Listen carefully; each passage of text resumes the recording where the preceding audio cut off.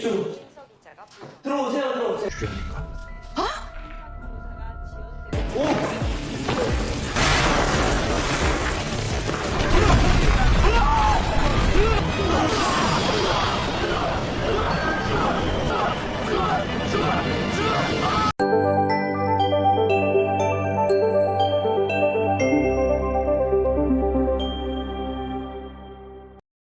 Mujin sedang merasa sangat kesal karena sudah cukup lama mereka tidak mendapatkan klien lagi, terutama sejak selesai membantu Yunje. Suasana semakin tegang ketika tiba-tiba ponsel Mujin berdering. Mereka mengira itu dari klien baru, tetapi ternyata yang menelepon adalah teman lama Mujin. Hiju dan Yeonwoo bahkan tidak percaya Mujin punya teman, karena selama ini ia terlihat tertutup. Teman tersebut dulunya satu kantor dengan Mujin. Ia sedang sakit karena sempat mabuk lalu jatuh dari tangga.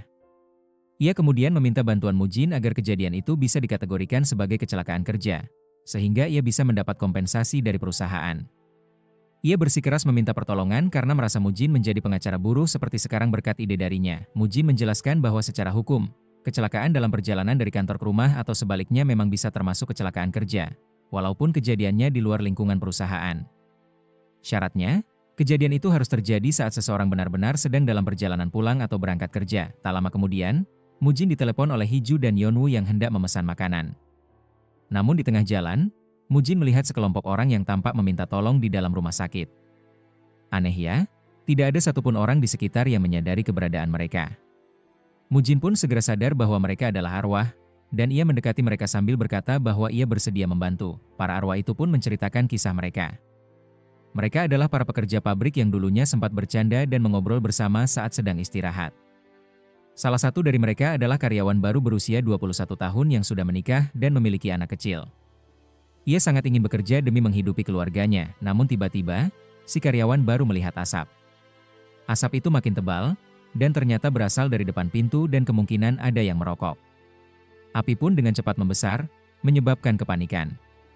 Masih ada pekerja yang terjebak di dalam, jadi mereka bergegas melaporkan hal tersebut ke atasannya. Tapi saat itu, mereka tidak bisa menghubungi rumah sakit atau kantor polisi karena ponsel para karyawan selama jam kerja. Sialnya, sistem keselamatan kerja benar-benar tidak diperhatikan. Alat pemadam kebakaran tidak berfungsi karena sudah bertahun-tahun tidak diperiksa, dan pintu darurat di bagian belakang tak bisa dibuka. Sementara itu, pintu depan sudah tertutup api. Para pekerja pun tidak punya jalan keluar yang lebih parah, pimpinan yang katanya hendak meminta bantuan justru menyelamatkan diri sendiri. Akibatnya, para pekerja yang terjebak pun kehilangan nyawa. Setelah mendengar kisah itu, Mujin membawa para arwah ke kantornya. Hiju dan Yeonwoo akhirnya menyadari bahwa kini mereka punya klien baru yang harus mereka bantu. Para arwah korban kebakaran tersebut, para arwah menyalahkan pimpinan mereka karena tidak segera mencari pertolongan. Yeonwoo pun berkata bahwa kasus serupa pernah terjadi tahun lalu. Saat itu, perusahaan tidak benar-benar dihukum. Mereka hanya membayar denda kepada keluarga korban dan tidak ada proses hukum lanjutan. Bahkan, pelaku tidak ditahan. Kondisi ini mirip dengan yang sering terjadi di negara kita.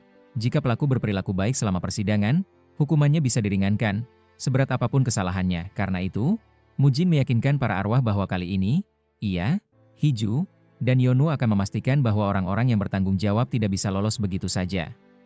Sementara itu, perusahaan berusaha melempar kesalahan sepenuhnya kepada Pak Chai, sang CEO gudang, agar perusahaan pusat tidak ikut terseret. Namun Pak Chai sudah lebih dulu melapor ke kantor polisi dan membawa bukti-bukti. Polisi pun menyarankan agar Pak Chai tidak mau dijadikan kambing hitam, dan sebaiknya jujur dalam mengakui semua yang terjadi. Pak Polisi juga sempat mengatakan bahwa sebenarnya banyak orang tahu siapa dalang dari kejadian tersebut.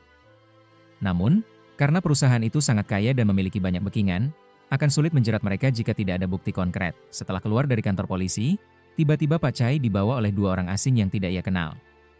Mereka memasukkannya ke dalam mobil dan mengatakan bahwa apapun yang dikatakan Pak Chai tidak penting, karena mereka hanya menjalankan perintah.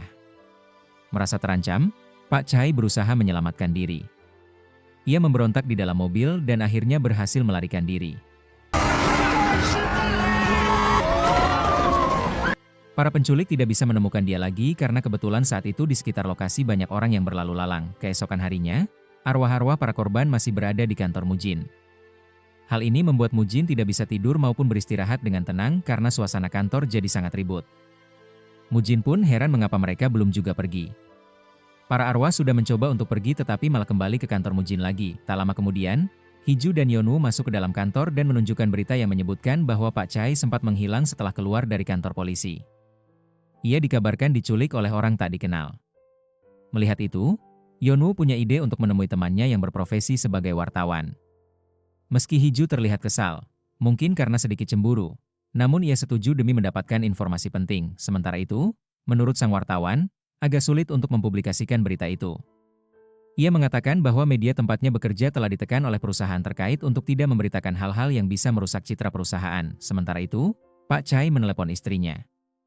Sang istri memintanya untuk menyerahkan diri dan mengatakan yang sebenarnya kepada publik agar hidupnya lebih tenang dan tidak terus-menerus bersembunyi.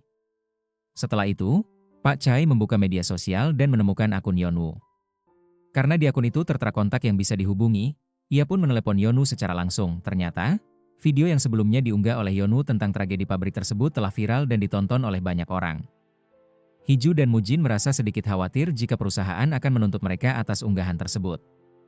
Namun Yonwoo menanggapi dengan mengatakan bahwa jika bukan mereka yang menyuarakannya, siapa lagi yang bisa? Sebab wartawan pun sudah dibungkam oleh pihak perusahaan, dampak dari unggahan itu cukup besar. Seseorang menghubungi mereka dan memberitahu bahwa keluarga para korban sedang mengadakan prosesi pemakaman. Mujin, Hiju, dan Yonwoo pun segera menuju lokasi, karena mereka khawatir pihak perusahaan akan lebih dulu datang dan menawarkan uang damai. Namun, sesampainya di sana, mereka justru dimarahi oleh keluarga korban. Salah satu anggota keluarga akhirnya bersedia berbicara dengan mereka. Mujin memohon agar pihak keluarga tidak menerima santunan atau uang damai dari perusahaan. Akan tetapi, pihak keluarga merasa ragu. Mereka mengatakan bahwa jika harus menunggu proses persidangan, tidak ada yang tahu sampai kapan akan selesai dan belum tentu hasilnya menguntungkan. Menurut mereka, lebih baik menerima kompensasi demi kelangsungan hidup keluarga yang ditinggalkan. Menurut Yonwoo, setiap keluarga ditawari uang sebesar $800.000.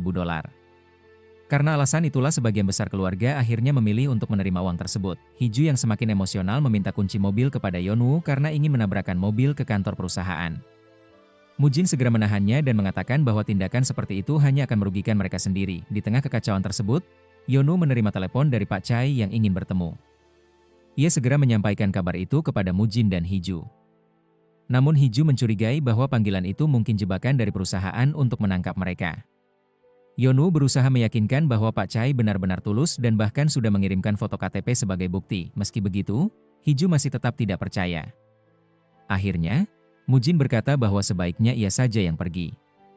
Ia menyatakan bahwa mereka tidak bisa mundur sekarang, karena kasus ini harus tetap dilanjutkan, apalagi para arwah korban terus mendesaknya untuk segera menyelesaikan semuanya. Setelah itu, Yonwoo memberitahu Pak Chai bahwa temannya yang bernama Mujin akan datang menemuinya, dan ia pun mengirimkan foto Mujin agar bisa dikenali dengan mudah. Mujin pun tiba di lokasi tempat ia berjanji akan bertemu dengan Pak Chai. Namun, seperti biasa, ia masih terus dibuntuti oleh para arwah. Para arwah itu salah paham dan mengira Mujin telah berkhianat, bahkan bekerja sama dengan Pak Chai. Padahal kenyataannya, Mujin justru ingin membantu mereka. Namun karena emosi mereka sudah terlanjur meledak, para arwah berniat membalas dendam kepada Pak Chai, dan lebih buruknya lagi, mereka ingin merasuki tubuh Mujin. Tentu saja Mujin menolak. Merelakan dirinya dirasuki oleh sekian banyak arwah jelas sangat berbahaya, bahkan bisa mengancam nyawanya. Tidak lama kemudian, Pak Chai datang. Ia merasa heran melihat tingkah Mujin yang tampak aneh dan gelisah. Tiba-tiba, para arwah melesat menyerang ke arah Pak Chai. Mereka kini memiliki kekuatan supranatural, entah dari mana asalnya. Pak Chai sempat terlempar ke udara, lalu jatuh ke tanah. Untungnya, ia tidak mengalami luka serius. Mujin segera memperingatkan para arwah bahwa jika sampai Pak Chai kehilangan nyawanya, maka mereka juga akan kehilangan satu-satunya saksi yang mengetahui kejadian sebenarnya.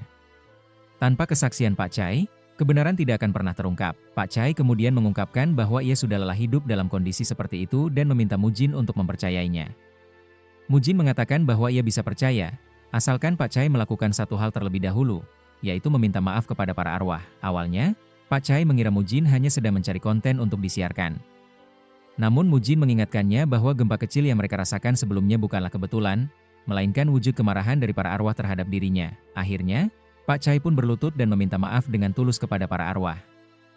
Setelah suasana menjadi lebih tenang, Mujin menanyakan kepada Pak Chai tentang hal penting yang ingin ia sampaikan, termasuk hubungannya dengan proyek konstruksi Myeongum. Pak Chai pun mulai bercerita.